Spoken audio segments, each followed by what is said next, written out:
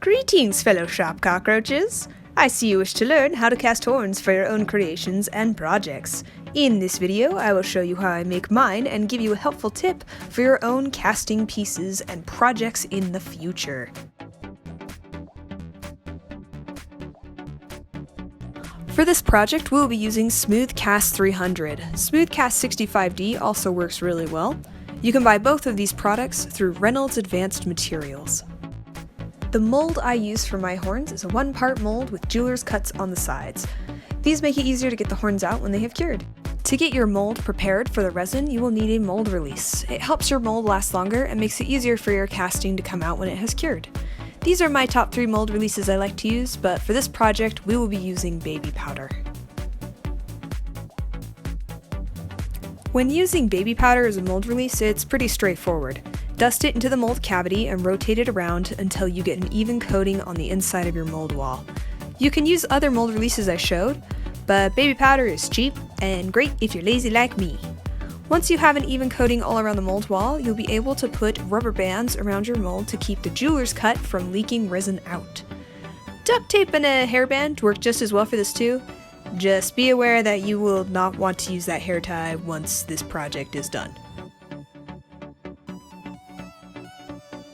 Alright, now you're ready to get mixing resin. But first, we need to adorn ourselves in gloves and a respirator so you don't get the resin tuberculosis in 20 years. Behold, my true and final form. When opening up your resin kit, you will find 2 bottles. This is part A and part B of your resin. Shake both bottles to make sure that the chemicals inside are mixed properly. On part A, there is usually a safety sheet or an information sheet, usually both. I like to always hold on to this in case if I need to go to the emergency room so I can let the doctors know what kind of crazy shit I was playing with. Now that you have your resin prepped, you will need 2 small cups, a mixing cup, and a popsicle stick.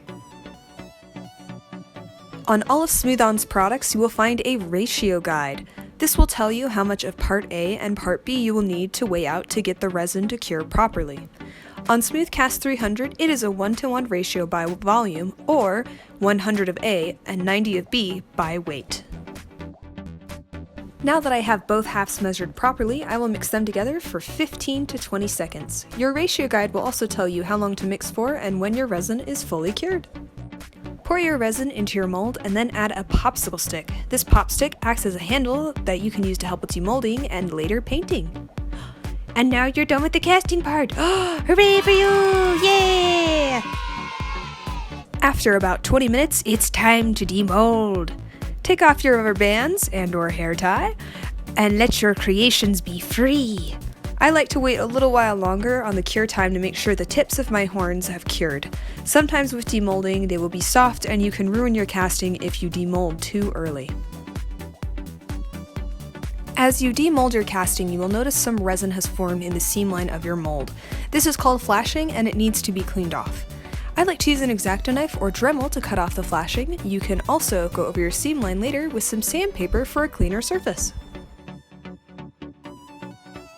And now, my young pupil, you have the knowledge of casting in your brain. Use it well and make many badass things. Happy crafting!